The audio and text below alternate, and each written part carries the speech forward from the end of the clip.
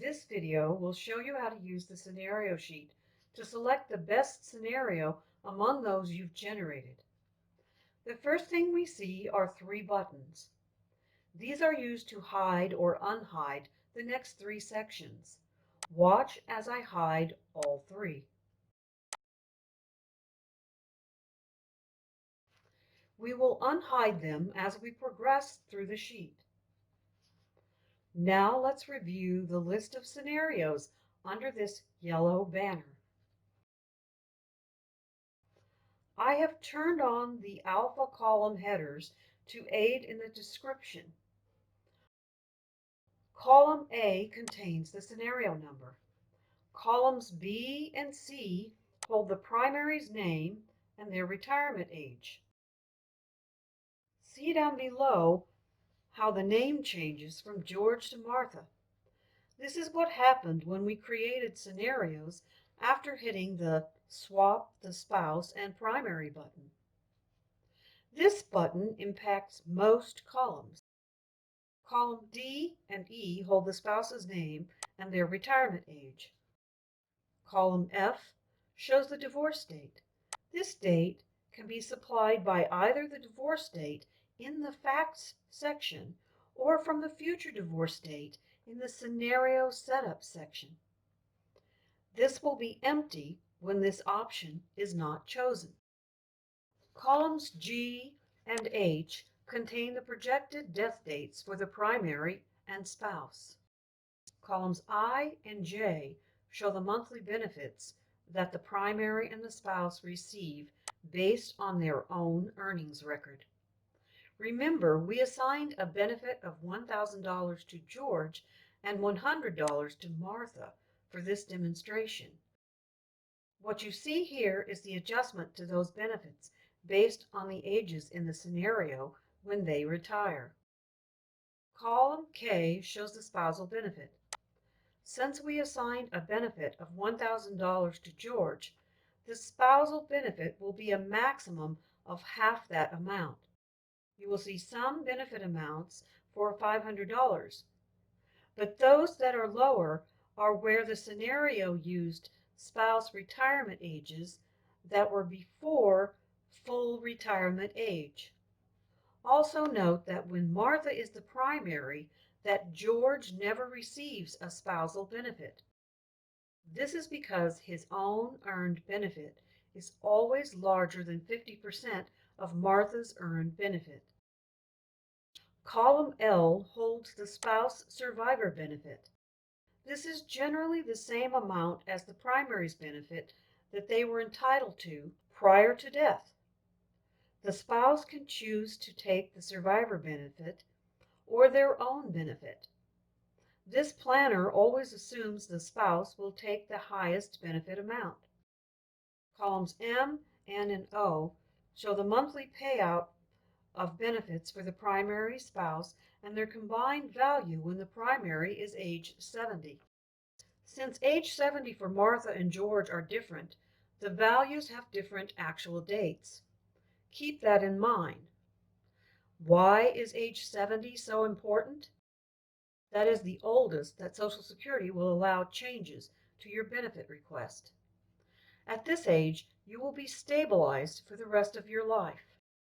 Columns Q to U are showing the total cumulative combined benefits paid up to ages 70, 75, 80, 85, and 90.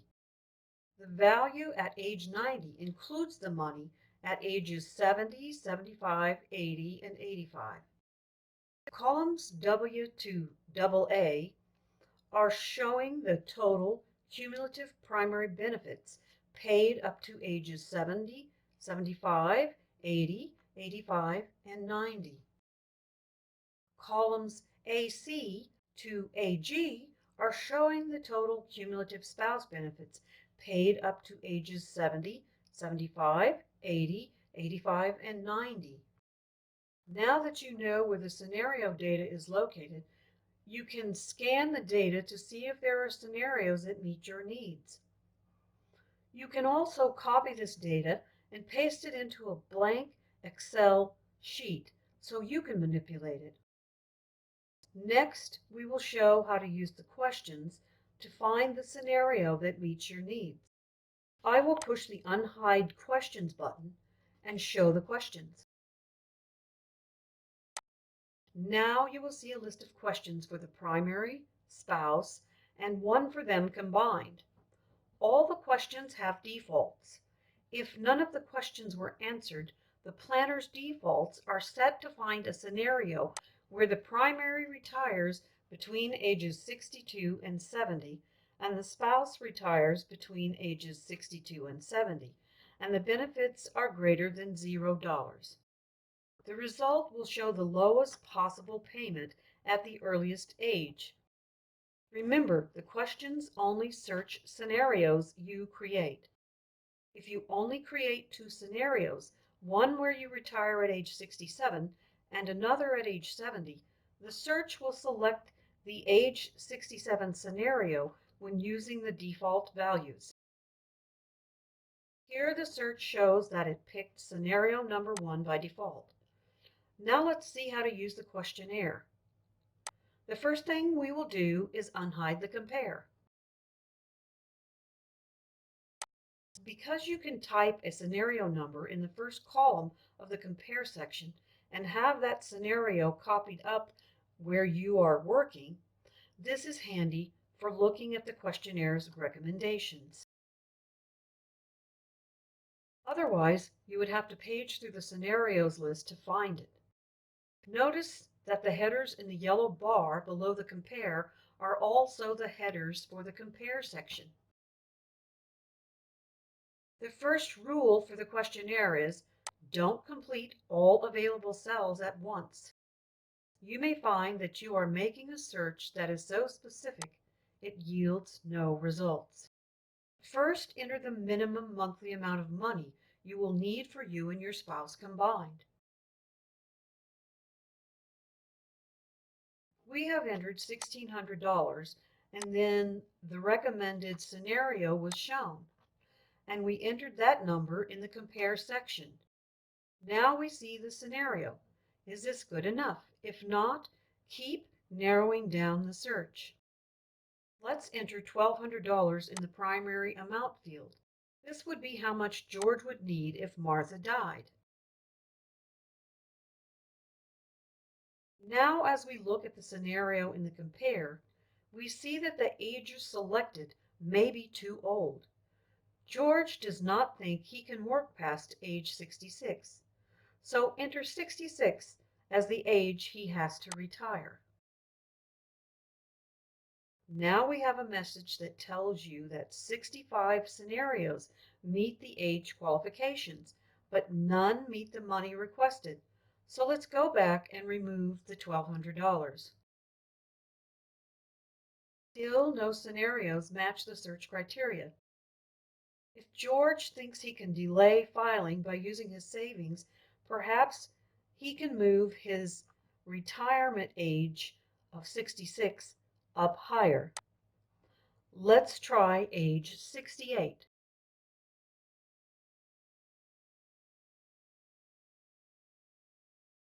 Doing that found scenario number 41.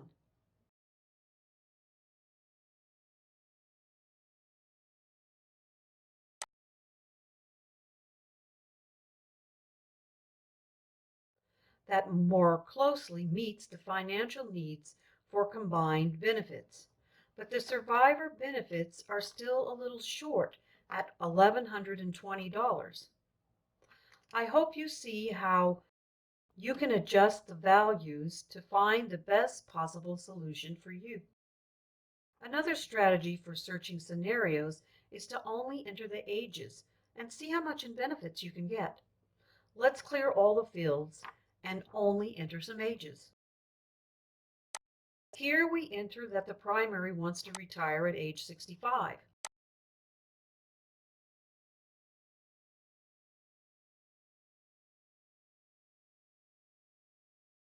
We get a message that scenario 17 is the best choice.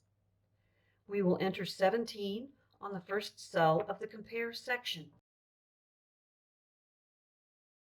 Next, we will change the primary wants to retire to age 66. By entering age 66, we get a message that scenario number 25 is the best choice. We will enter 25 on the second cell of the compare section. We now see the two options side by side, and the compare tool will highlight the difference: green for positive impacts and red for negative impacts. Note the break-even message. Because the second option starts later, it takes longer to accumulate benefits. But once you pass the break-even point, you will collect more benefits overall than the first option. Here's a quick example of how break-even age is calculated.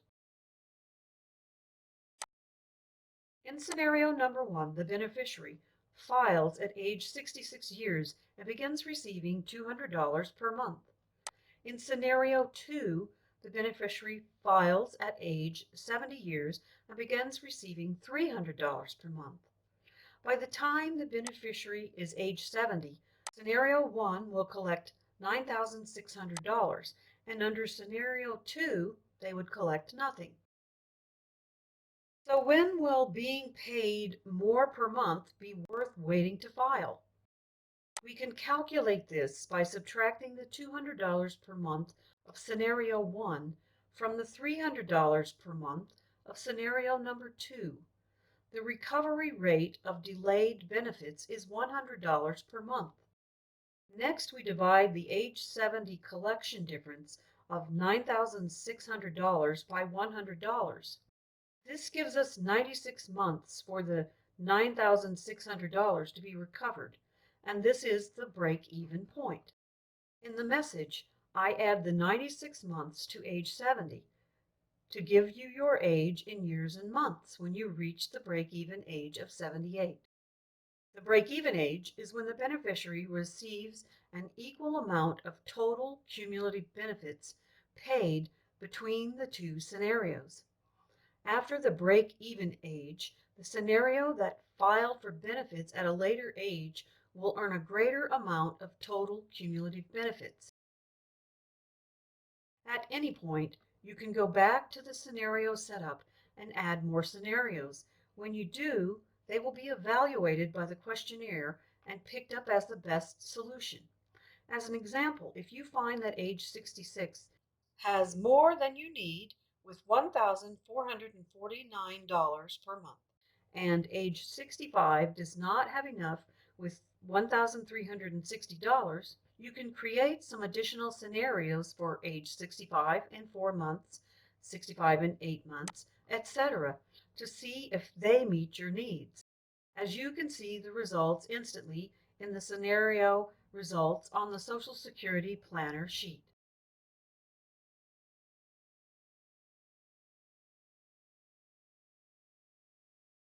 See here in the summaries that as you change the dates, you get immediate results. You can use this to fine-tune the scenario you want.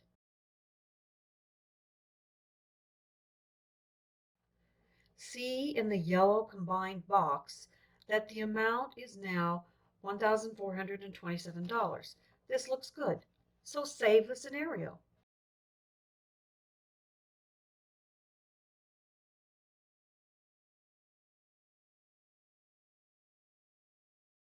When we go back to the scenario sheet and change the age when the primary wants to retire to 65 and a combined minimum amount of $1,425, the search will find our new scenario.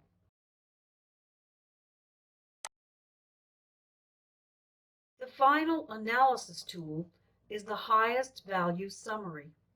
This is the same data shown on the Social Security Planner, but in a different format. Hit the unhide for the highest value summary. Use this when your expectations are higher than the queries can satisfy. These are the most you can get from your set of scenarios. Here it shows that the highest combined monthly amount is $1,780 on scenario number 60.